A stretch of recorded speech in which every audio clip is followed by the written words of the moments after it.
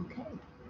So first off, thanks a lot for coming. And an intimate audience is a good audience actually. Um, and it's nice to see some old faces and also some new faces. So I maybe I'll give a bit of background and apologize to those people who already know me, but you're gonna have to hear this again. Um, so my name is Chris Lowe, and actually I'm a social and cultural psychologist by training. Although I've in the last, I guess, 10 years actually wound up really investigating health, actually health psychology, especially the health psychology of uh, of advanced cancer and what it's like for people and their families, I suppose, to try to adapt to really the end of life, to terminal diagnosis. And what I'm going to talk about a bit today is really a kind of perspective that I've been trying to develop, that I've been developing actually over the past couple years. Concerning, I guess, what I see is, it's a developmental kind of perspective towards understanding why it is some people seem to cope better with the end of life and other people do not. Um, and that's kind of a really vexing question because, of course, we do know not everyone, when faced with a life threatening illness, necessarily. Uh, certainly is challenging, certainly is difficult, and and is emotionally a roller coaster. But nonetheless, it's surprising that people do feel and can achieve a sense of peace at the end of life. Although there's also a substantial number of people who are also very demoralized, depressed, and who can't really seem to achieve that same kind of peace and sense of, I guess, meaning, right, and adaptation that we would like to see, or like to help people achieve, anyways. And I think the question is why? Why is that? And and as I began to look into this more closely, I began to think, well, it's interesting to think about it and to tie kind of people's current experiences of distress and depression, or the lack thereof, and tie it to kind of their earlier life experiences and how they became kind of the person that they are, with their particular groupings of strengths and weaknesses, vulnerabilities, and resiliencies.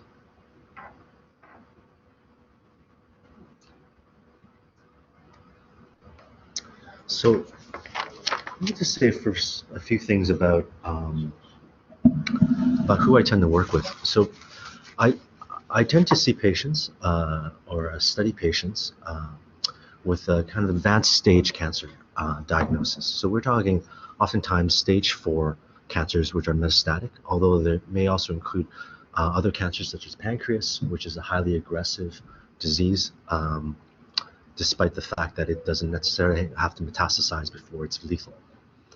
Um, what joins, I guess, the similarity of all these illnesses, which don't, for my purposes, regardless of the site of the or the location of the illness, of where the cancer is, or where it's spread, really, it's about the psychological situation of knowing that you have a disease that's terminal, uh, and knowing in general that, um, oh, please have a seat, uh, and knowing that in general, you have that these individuals have approximately a year or a year and a half of life to live. And that's usually when we begin to approach these patients, when we or see them, and that's their kind of expected prognosis, at least based on our following of these patients over time.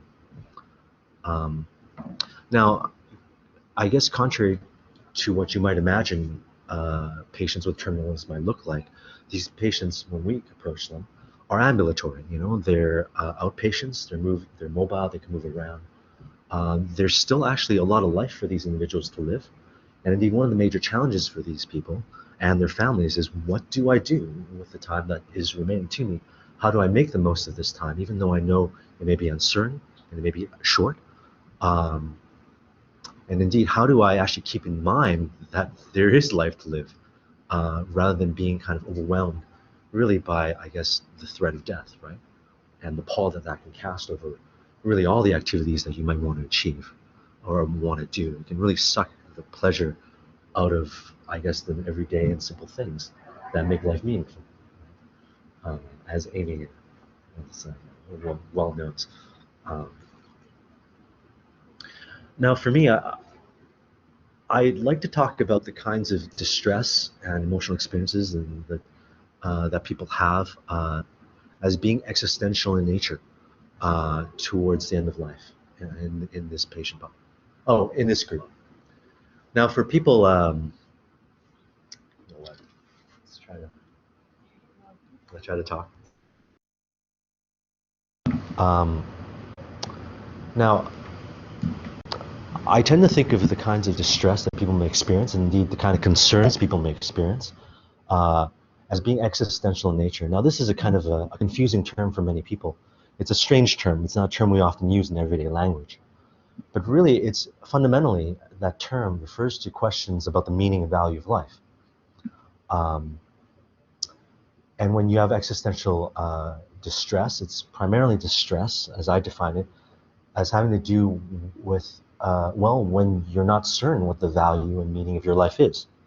Um, and this can actually come up quite frequently in patients with an advanced illness, because as you're losing your physical functioning, as you're kind of facing the end, people do sometimes wonder, what is the value of my life? Am I a burden to other people? What is there left to live for? What have I done, actually? What has it all meant? And these are very existential and even spiritual issues, right? Although some people balk at the term spiritual because of its perhaps ephemeral kind of connotations. Nonetheless, this is a fundamental kind of, these are fundamental questions that we all face, right? Because life is finite.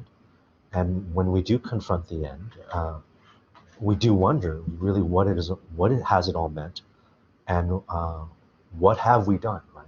We begin to review our lives in this way.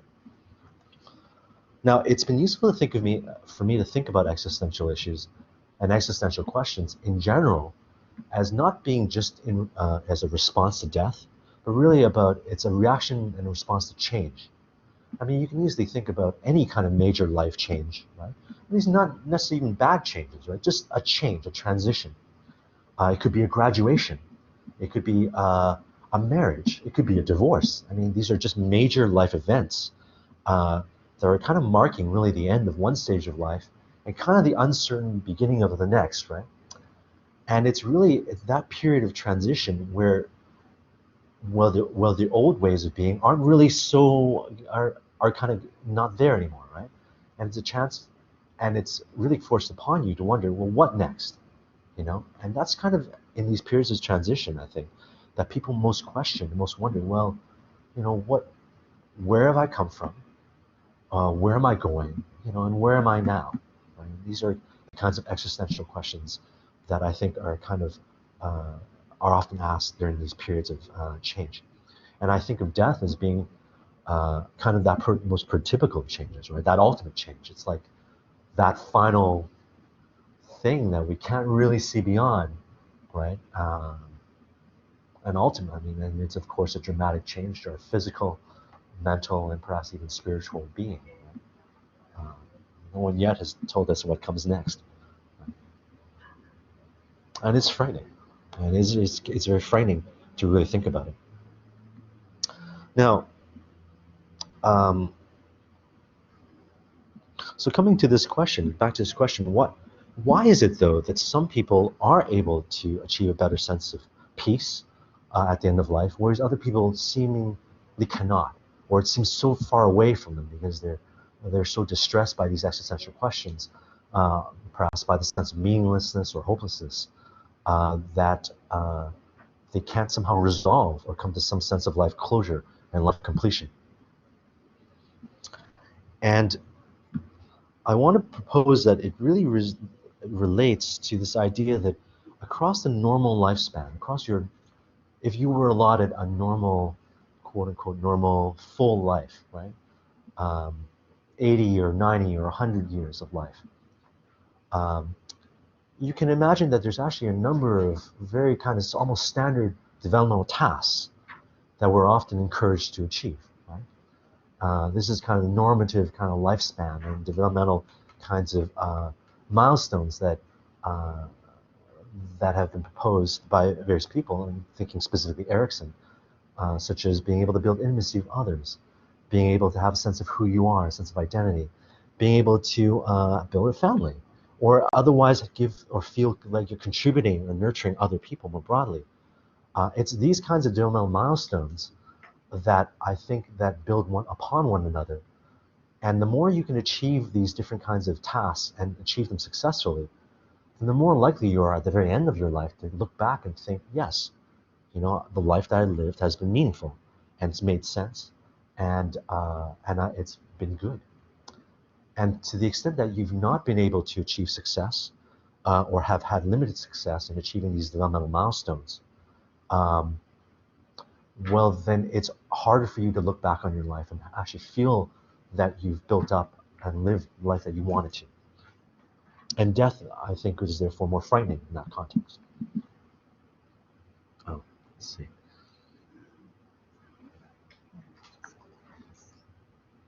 So let me just review maybe some basic principles about development, just to give you again this idea of some of these, just the basic, I guess, really tenets of what development involves or entails.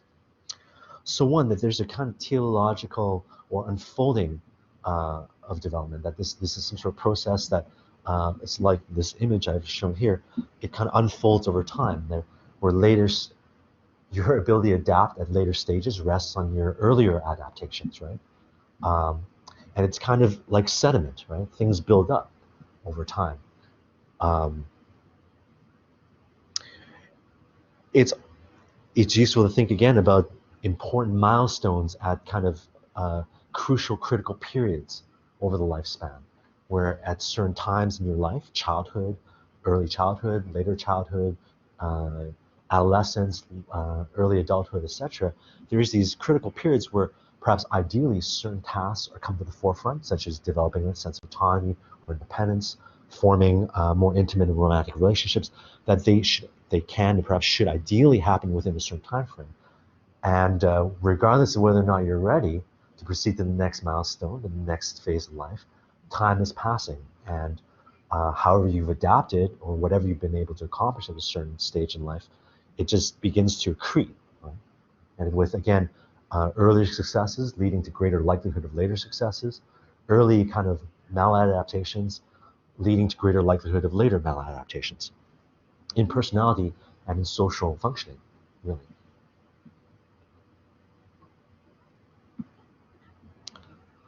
All right, let's see the next. All right. Now I found Erickson really, honestly, to be one of the few people I've really found that has talked about this in a really in a theoretical and kind of really useful manner to me. I find like he's actually one of the few people who's actually offered a lifespan perspective, which really there's not a lot out there as I've really looked at it. I mean, there's been adaptations and improvements, and people have added, of course, over time. But really, I find as a bedrock, this man really, I think, hit a lot of the major things, hit on the head a lot of major issues. And I'm just going to kind of review, and you have to look through, I think, the slide, some of these stages actually. And these ideas, again, of the major milestones that occur within these periods. Now, I've taken some liberties and I've kind of relabeled, I guess, some of the outcomes um, that ideally you should kind of come out of that stage of development with. And as you can see, and I'll only touch on a few of them, of course, in early infancy, the relationships, the attachment relations with the parents and parental figures really does affect the development of the child's sense that others are reliable and affectionate. And this is a classic attachment theory right there. That very basic sense of trust and mistrust in others can begin forming very early on. It does form very early on. And in turn, the next stage, which again is built apart on the earlier adaptation, your ability to trust or others does affect then your ability to have a sense of personal control over your own matters, right?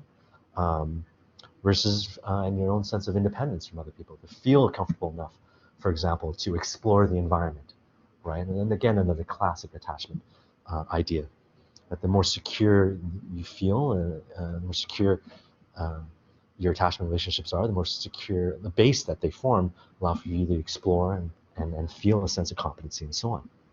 And likewise, later stages also develop in this way, right? Building on earlier adaptations, and everything is kind of moving forward in some sense. Now, I've kind of, and I'll bring your attention maybe to jump ahead to maybe the latter stages, because I think the latter stages are really quite meaningful. Oh, please come in.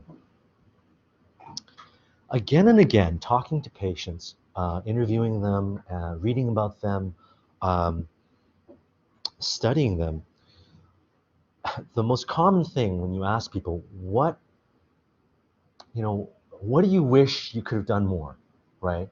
When you look back on your life, what do you want to do more of? What do you wish you had done more about? What do you regret? Across the board, people say, I wish I'd spent more time with my family and my loved ones. I wish I didn't spend so much time on these other things, which were important in their own right, but which now seemingly don't seem to matter as much. And really, fundamentally, I honestly believe that it's the sense of a connection with others, a sense of closeness and generativity, the feeling of having given and feeling like you've nurtured and contributed to other people, which can be, of course, about family, but can be other things, right? More abstractly about students or giving to a community or teaching or what have you. It's the sense that one has been generative in this way that leads really to people to feeling that their lives have had meaning, right? And I think that that's a real key, that's the key. Like, how do you know that your life has been meaningful? How do people evaluate that it's been fulfilling? It really rests on this earlier thing, which is, well, how much do you feel you've been able to give to others? And where does that come from, right? You work that back. Why is it that some people feel that they're able or that they have given more to others and have contributed more? Well, that rests in part on your ability, in some sense, to have built intimate relationships, right? To not have been in isolation. Where does that come from? Well, you work that back, right? And that comes in turn from, well, you have to have at least some sense of who you are and what you value, what you want in life in order to actually build intimate relationships, right? And you work that back in this stage-like manner, and it comes all the way back. Just, I feel like Erickson says, in this kind of unfolded developmental fashion. Oh, this thing is. Now I've kind of redrawn. Oh, there's some slides there. If it'll be perhaps helpful. It'll be easier. No, so I've redrawn actually his stages in this kind of, in a more ladder-like way. And really, I want you to think about it as being like a developmental ladder, right? It's where earlier stages, in order for you to kind of achieve, every later stages really rest on earlier stages, and really the whole purpose, in some sense, of life is to move up this staircase. And I've kind of renamed that last stage of his. He called it maturity. I'm going to call it life review, because I feel that it's more useful in this context of advanced cancer or any kind of terminal illness, that people, when they have this diagnosis, they're suddenly faced with this life review process. It's like they're catapulted, I feel like, into this final stage. And let me show you with the next slide what I mean by that. If you think of that line at the very edge, so normally, again, you would have the full lifespan, right? To walk up this staircase, to build up your sense of resiliencies, to achieve your developmental accomplishments, and ideally have a sense of life closure and peace when you evaluate your life at the very end of a full, long life. But what advanced cancer does, and other kinds of terminal illness, what they do is, it's a foreshortening, right, of the lifespan. And it's like as though that final line, which is death, right, it gets pushed forward, right? And you're suddenly forced, in some sense, to overcome all the developmental path, like immediately. It's like you're catapulted really to that final life stage. Ready or not, here you are. Now, by kind of diagramming it in this way, it helps to make some intuitive sense of some observations that we have and this feeling that we have, that it's a greater trauma the younger you are, right?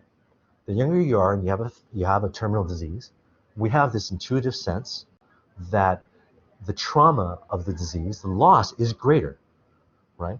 And I think that this helps to make sense of that, because actually literally the developmental challenge of coming to some sense of peace at the end of life is much harder for a younger person, simply because they haven't had the time, right? And therefore the experiences that would otherwise lend them a sense of meaning, right?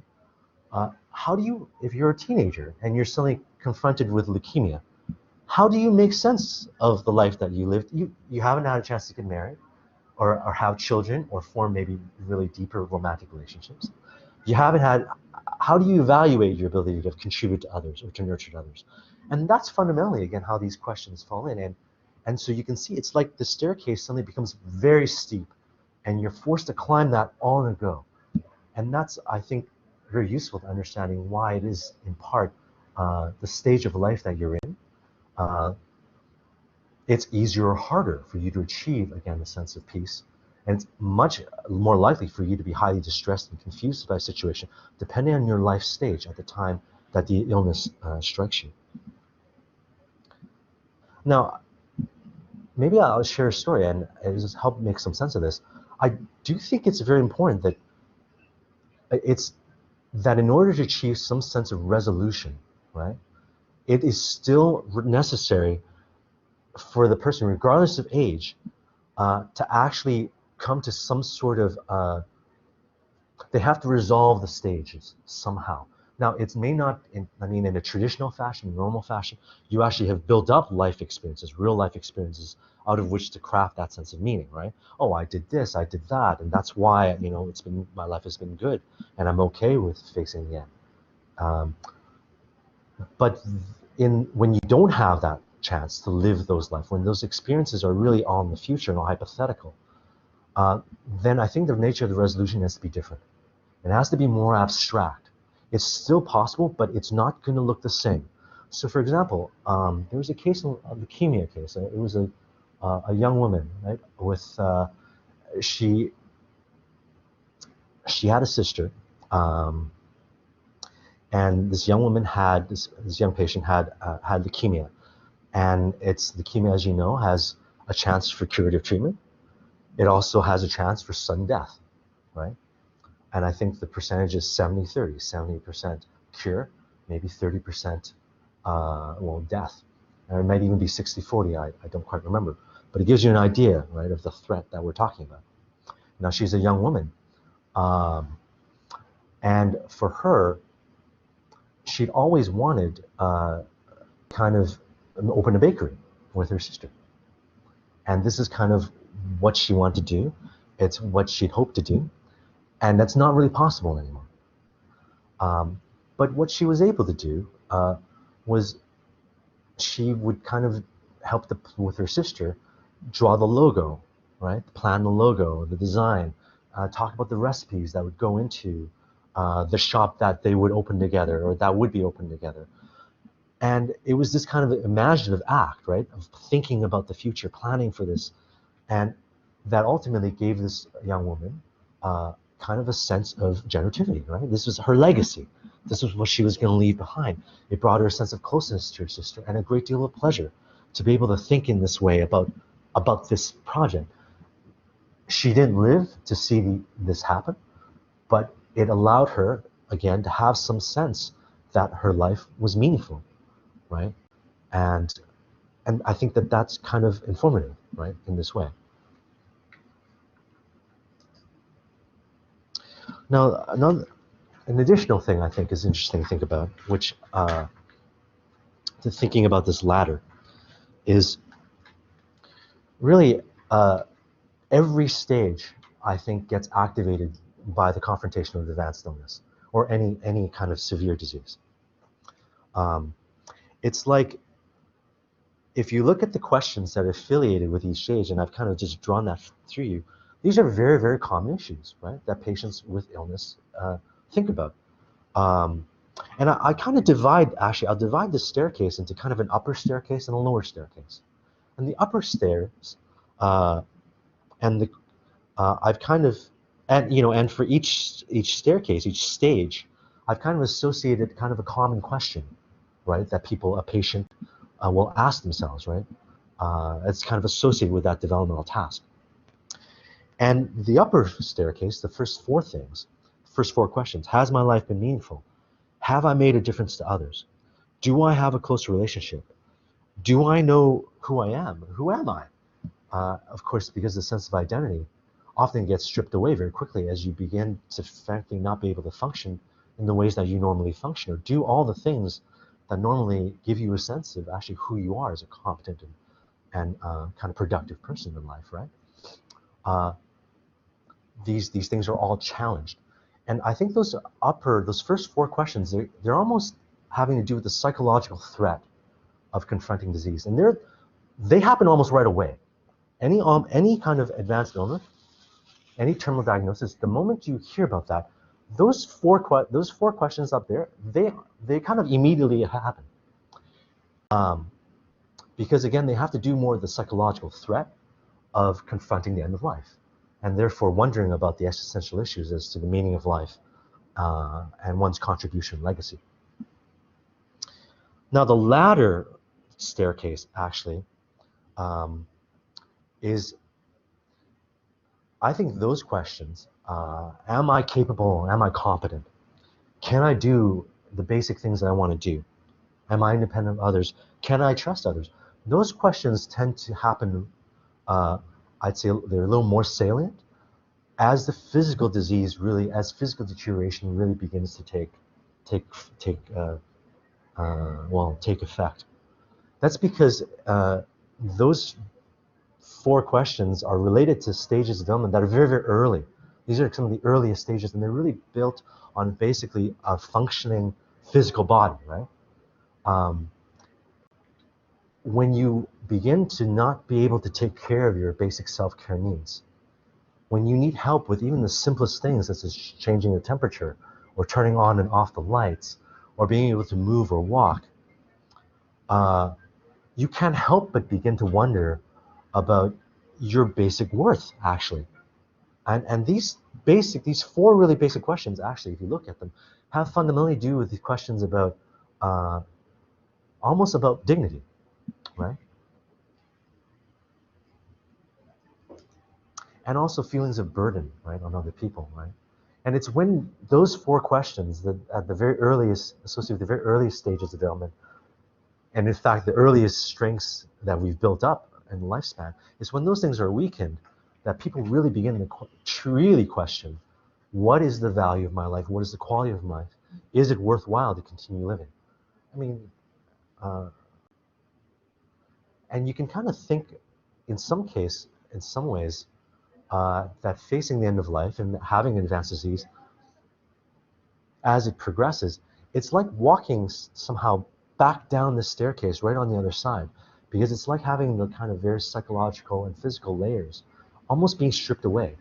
And it takes a very resilient and strong person who's built up really psychologically and socially a strong foundation really across through their lives, right, across each of those domains, that they can still maintain a sense of capability and competence, of self-worth, of trust, that others will be there for you when you need them,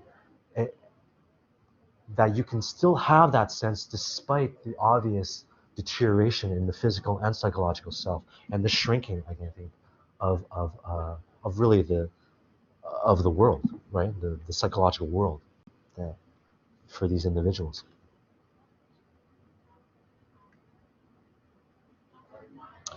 I I think that thinking theoretically in this way about how development and some sort of developmental theory or perspective like this can be applied uh, towards often a very clinical, in a very clinical context, is useful. It's very helpful to organize, I think, a lot of the clinical observations and kind of thoughts and feelings that researchers and clinicians have in dealing with patients with advanced illness. Um, Sometimes I think in the rush to intervene, we don't we think that the theories like this and they don't seem to have so much application, right? I think oftentimes people feel like, well, I just have someone's depression. I just have to treat the depression, and it takes I think, a little more to ask, well, why is someone depressed? Where does that even come from? What are the factors and what are the individual resiliencies and weaknesses and vulnerabilities built up over a lifespan, really, that contribute to someone doing well in this context or not?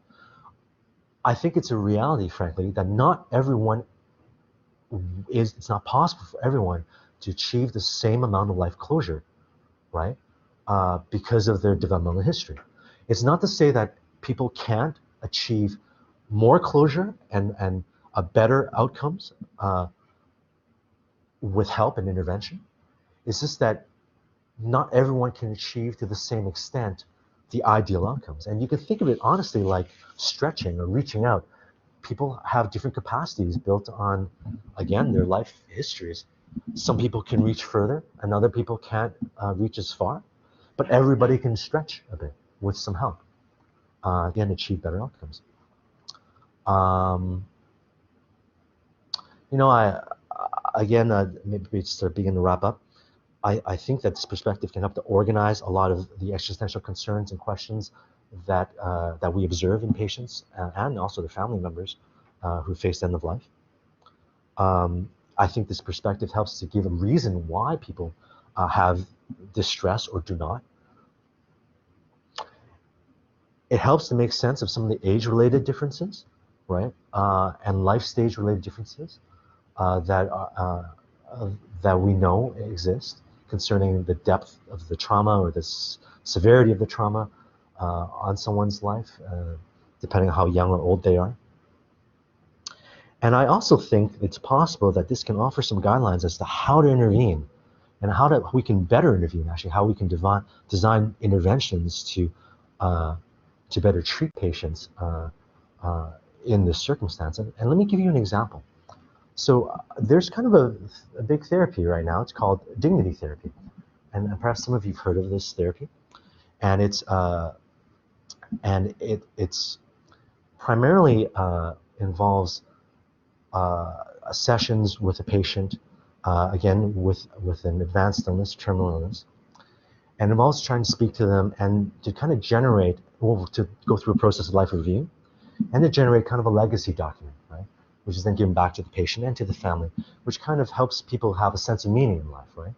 So, and hopefully it helps to facilitate a sense of life closure, right?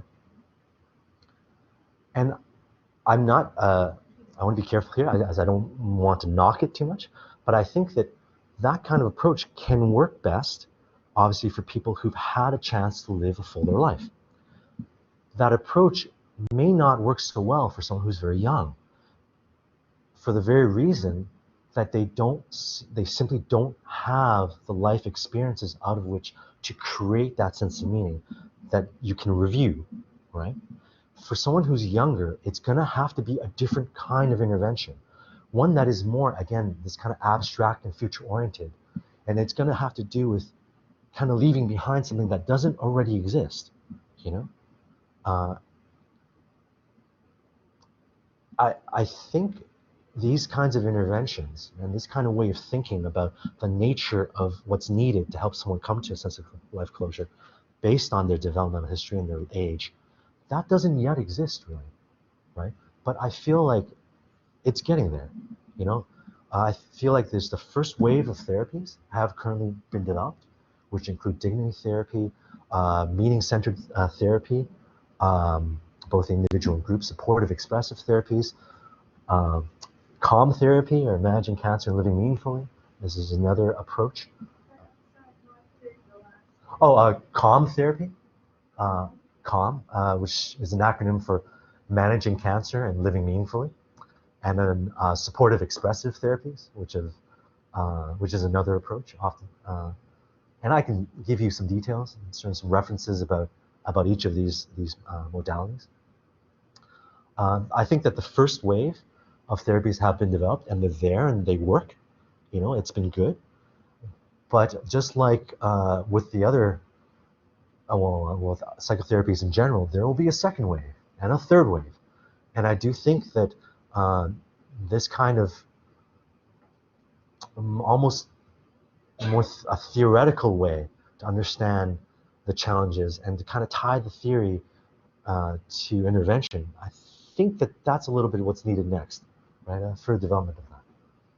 Anyways, that's my talk. So thank you again for being here and for listening.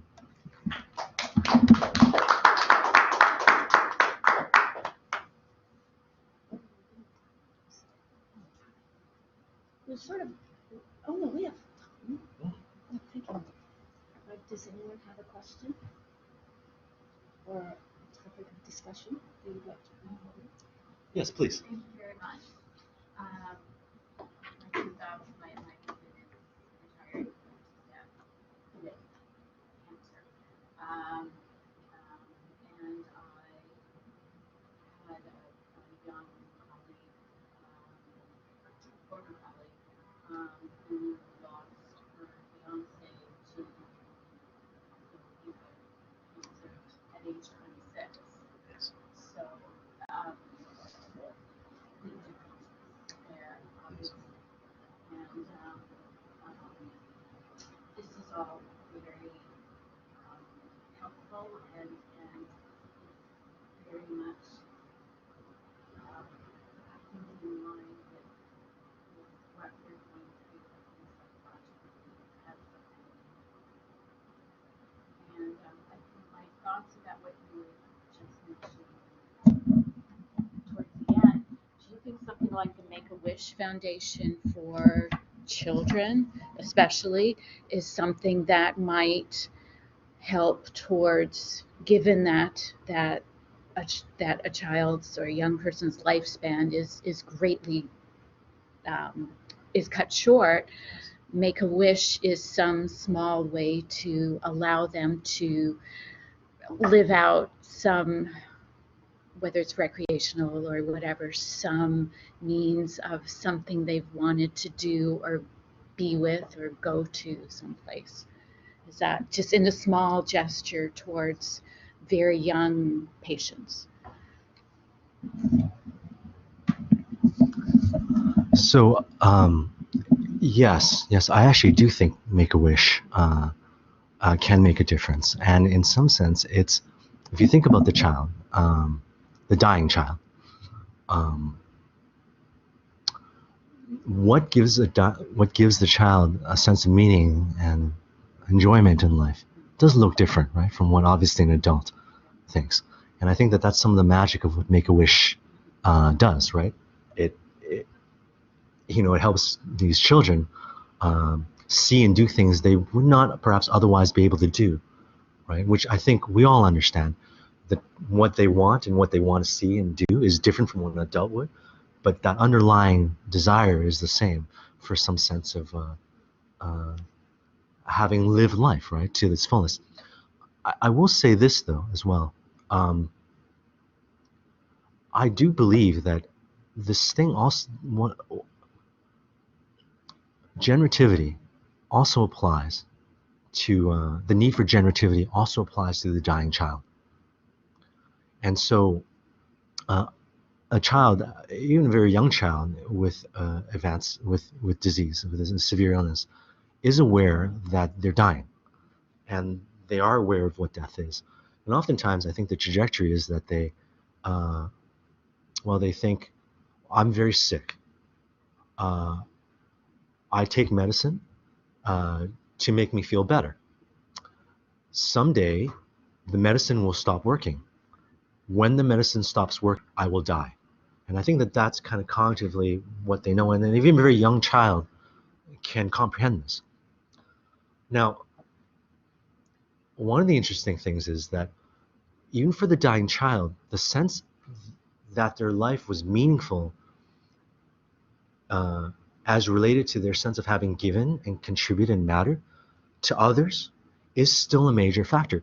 Generativity for the dying child doesn't look quite the same as for an adult, but it looks more like the child. So if you read the literature, it's not uncommon for, say, a child to want to have a ceremony or something like that where they give their toys, right, to someone, right? To this toy goes to this person, this toy goes to that person, and it's a big thing. It's a big event. That's a form of legacy, right? That's a form of contribution and generativity, and it's a form of remembrance. Is fundamentally what that is. And also a major concern for the dying child, and I don't work with children, but I've been reading a lot about this, has to do with being forgotten, actually being forgotten by the family, right? And it's not uncommon as you read some scenarios, some clinical scenarios for, say, I mean, you can imagine this dynamic of a parent wants to protect a child from obviously their distress. They wind up distancing themselves a little bit emotionally. They don't mean to, but just to protect the child from their own very powerful feelings, begin to close off a bit. The child gets concerned. Why is a mommy or daddy not so happy with me, or why aren't they so open with me anymore? They think it's their fault. They're concerned they'll be forgotten. They sometimes are concerned that they'll be replaced. And again, it's this idea of remembrance, of generativity, of being loved, and of the chance to actually express that to other people. Recently, it's only recently, I think it's only a couple of years ago, that there's been a charter of rights for the dying child that's been developed. I think by some Italian researchers. And if you actually look at this charter of rights, it's really very basic stuff that you would think would be already acknowledged.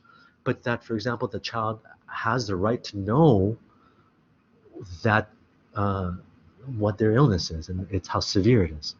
That they can also refuse treatment. That they can think and talk about really their death, right? And what their life should look like with their parents and with the healthcare providers. I mean, obviously, it can't be exactly the same as an adult. They're not adults. But nonetheless, many of the things that you would want to accord a child,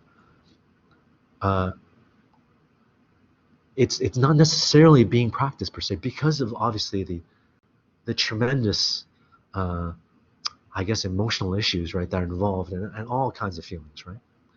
But I say this only because I think that by not really having the opportunity to talk to families inclusive of the child, right, in this way, the child doesn't have a chance to kind of express or experience this kind of generativity, and to have a chance to feel whatever kind of feelings of life closure are possible. Without this kind of dialogue, without that kind of opportunity to kind of talk about this, right, in some fashion, well, it gets blocked, right? The child doesn't have a chance to come to terms with the end of life in the same way.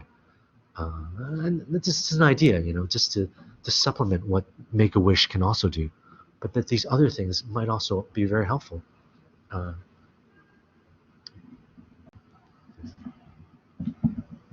Any other questions?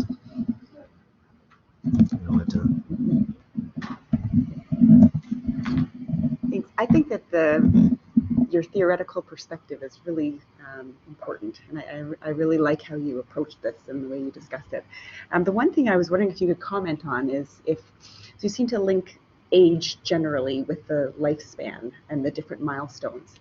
And I was wondering if people who perhaps were a younger age but maybe had gone a little further along than would have been predicted, sort of where the line cuts you off if you have advanced disease, or conversely, I forget where I started, but an older person who hadn't gotten as far, or a younger person who's gone farther. Do you know what I mean? And I was wondering if those are extreme cases or how you would consider those. Like, so perhaps somebody who's older but was young, went through a traumatic experience when they were younger, or something, perhaps hasn't reached some of those milestones, and how they would be considered in this circumstance. And the other way around, maybe a younger person who is actually quite mature and able to reflect upon their life and feels generative. And so just curious about that. Oh, sorry. So, and it's difficult to diagram, but another way that I've imagined these stages operating is that they all the stages themselves aren't, first off, the stages themselves aren't necessarily tied to age, strictly speaking. And certainly these age or critical periods I've kind of listed are kind of just broad, almost guidelines or maybe normative expectations, right, concerning roughly when things should happen. So certainly those things are fluid. And some people can certainly enter a later life stage at an earlier age, or frankly, have a delay, right, in entering certain stages, right, relative to their age. I mean, in some ways, that's kind of happened, right, culturally with what university is. In some ways, it's become like high school extended, right? Or speaking as maybe a Gen Xer or well, maybe borderline millennial. I mean, I often have wondered how I've thought about how my own education has delayed my development relative to my peers concerning all the things I guess I was supposed to have done earlier in life, all the things that quote unquote normal people do, at the critical periods. Yeah, everything's got pushed back because, I was in school and so on and so on. You can think it's interesting how that can happen. So yes, certainly in practice with the individual, people may enter stages earlier and later in life and so forth. And it's not really about that. And actually, you really should think about this more as kind of the normative expectation. And it's really, sometimes, actually, it's the violation of these normative expectations, which is why it's sometimes so distressing, right? Well, I didn't have the time, or I'm not ready, or I'm delayed. I was going to do that later. I just didn't. And to finally find that be cut short. But there's another way, actually, I've thought about this, which is not like that. Not in this linear progression, right? Which is an Ericksonian thing, which is kind of linear. It's useful to think of it that way. But another way I've often I've thought about it is actually all those stages really aren't stages really. What they are really are they represent kind of individual capacities, or certain kinds of aspects of personality, and they're all actually possibly being activated at any time. It's just that at certain times in life, the focus is more on certain parts than others, right? Everything's happening simultaneously. You think of it all like layers of sediment or waves, right? Moving forward. It's just that sometimes we're focused more on the lower tiers at certain ages than others, but everything is being activated, right? Everything is moving forward at the same time. And in that case, if you think of it that way, it's interesting. You begin to think, certainly cross-culturally. So rather than think of generativity as being a stage, you can think of generativity as represented as kind of having to do with the ability to the capacity to nurture others, right? That's fundamentally the individual capacity that it relates to. Now that capacity really can be developed at any point in time. It's just that by social circumstances, the circumstances that pull at that capacity might happen a little later rather than earlier in life. But frankly, cross-culturally, we know that this varies. So for example, in cultures where there's often times where children often take care of other children, right? In kind of more traditional cultures with very large families, oftentimes you'll have fairly young children taking care of even younger children, and that's the norm. And you can imagine how that developmental capacity for nurturance gets kind of stimulated earlier on for these individuals, and that capacity kind of gets, gets kind of supercharged a little earlier, and therefore they're a little ahead, right? And everything moves forward in this way, not just in a stage-like progress, but kind of in this interlinked, interwoven, sedimented or accreted fashion. And if you think in that way, it's neat, right? You think that, well, okay, you know what? The capacity for generativity may develop is partly culturally determined. And it may be possible that in some cultures, it's easier to have a sense of generativity than in others. And I would actually say, honestly, based because some of my earliest research was cultural research, I do think that there's a trade-off, between cultural values and these individual capacities. So I do think that one of the trade-offs of living in a very highly individualistic culture is indeed that the capacity for nurturance, that kind of individual ability is delayed in development. Now there perhaps are other things that are developed more a little faster, but it's at the expense perhaps of that. And indeed, I think perhaps social connectedness in general is more challenging in a highly individualistic context. Any other questions?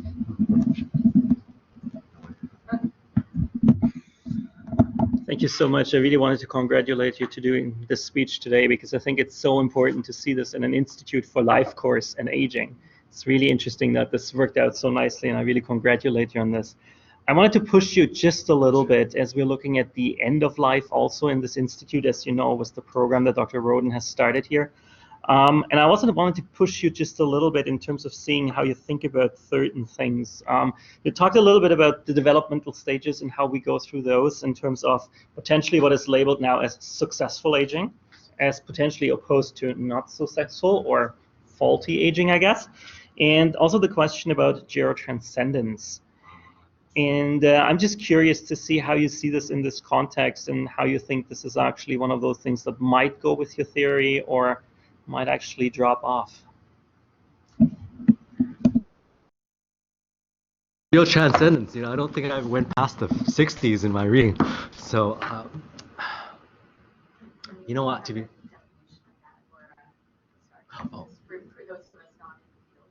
Oh, actually, yes. Would you? It's this question about how actually wisdom is generated by the older population, and whether that's something actually that transcends the connection with your ancestors, the connection with another being, potentially the connection with something that is above life.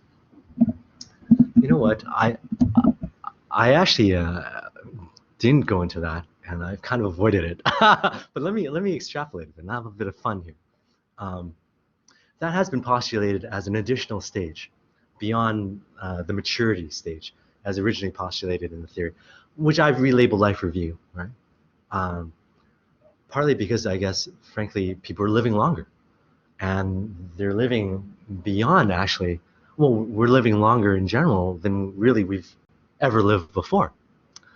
And having this extended lifespan has made possible perhaps additional forms of development that weren't per se possible before, partly related, frankly, to successful aging and perhaps the wonderful medical and physical and psychological technologies now that exist that really prolong life and healthy life, right? At that, right? People are not only living longer, they're living longer with more functional capacities, right? Both physically, socially, psychologically, and so forth. And they're coming, I think, post-maturity with post-life review, right? With maybe more juice, more time to go. I think that there's a chance for renewal, right? And I think that if you think of it as a linear progression, that life review, even aside from disease, right? It's still, I think, a stage that people come to sooner or later, right? Partly because of, well, a lot of things that are associated with older age, such as retirement, another transition, right? A lot of things begin to close off, opens up other things, right? Maybe your adult children have hopefully gone away and have their extended families. And suddenly you find, I think, or these older adults or older adults are finding that, well, what now? What now? And being and having actually the capacity to do more. And I think questions about wisdom, about the pursuit of new activities and new life endeavors, that's what comes post-life review or post-maturity, what is otherwise called geotranscendence. And I think, I do think, actually, thinking about it, I do think maturity and life, it has something to do with, and life review, I think they do have something to do with death. I do think that if you think in this linear fashion, I think there has to be some sort of reappraisal in light of what it means to maybe have some uncertain amount of time, but not just being certain, and grappling with that, and looking back, looking forward, and also looking now, But yeah, that's what I'm thinking.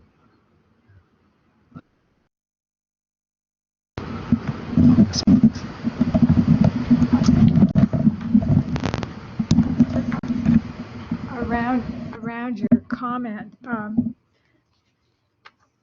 or your table at the end of the life stages, life review.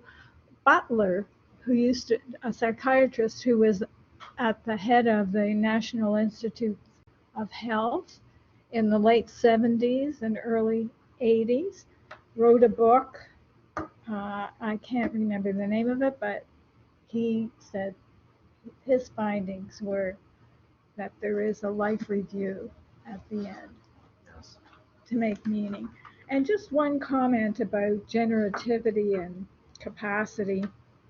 You know, you move from the group to the individual. Yes. A very dear friend of mine died quite a number, or I guess she was in her early 60s, of cancer. And she had been the middle child in a family of three. And she was given responsibilities of looking after her baby sister, which she did very competently and warmly and lovingly. And this person I'm talking about, to the end of her years, was very loving and caring and a good friend. And she said that she resented and was angry about having to do those tasks. It robbed her. Yes. I can comment on that. Mhm.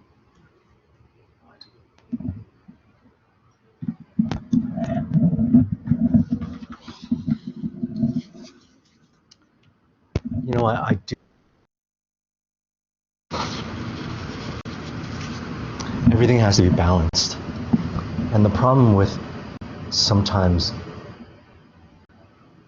the sense of generativity isn't literally just about having to take care of or give care to somebody, especially if it's felt to be forced or an obligation.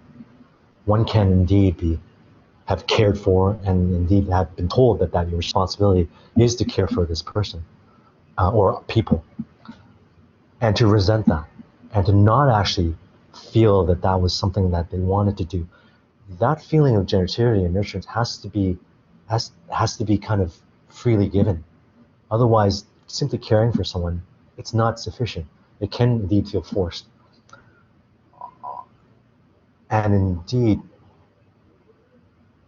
I think the burden of caregiving is very hard, right? We do know that caring for someone, it's very draining, it's very exhausting, and it can make someone feel like they've lost their life years, sometimes even perhaps their best years, depending, having to care for someone that they didn't always want to. But that's a reality that does exist.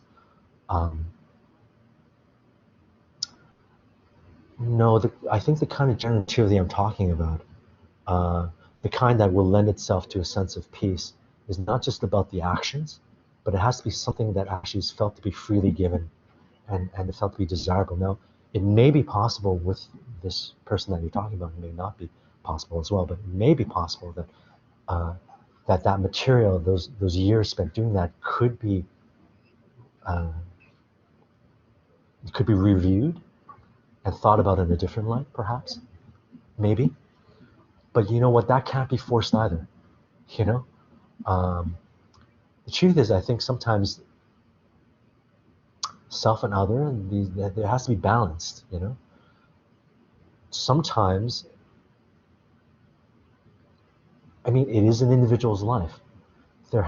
Although one sense of autonomy, you know, it's best when the sense of autonomy and the sense of interconnection, they align. That is, in my connection to others, in my caring and relationship with others, that is felt to be kind of, it's what I want, right? That's when it's best, when those two things align. Those two things do not always align.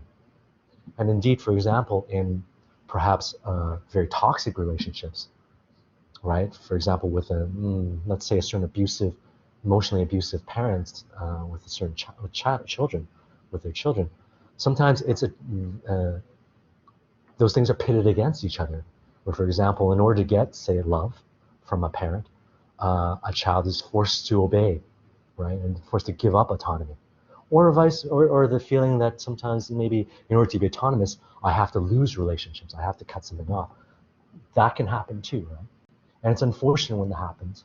But sometimes the social relationships, the people involved, make it such that those needs, those capacities, actually go against one another. And it's really unfortunate when that's the case. But ideally, they should align. And I think the best development, the happiest outcomes, are when indeed those things come together. Both concepts come together. Yes, they can, but they don't always. Yes, they really don't always. And I think, I remember having an argument with my PhD supervisor about this issue. Uh, the truth is, it's unclear. It's unclear actually how often they are aligned or not. And I think sometimes, although theoretically we like to think that they're independent, that is, they may align, they may not align, and what have you. I think in practice, uh, you know what? I wouldn't be surprised if actually there's a tension between those things more often than not. That the alignment of those things is much harder than we often think is, even though it's very possible and is ideal. Yeah.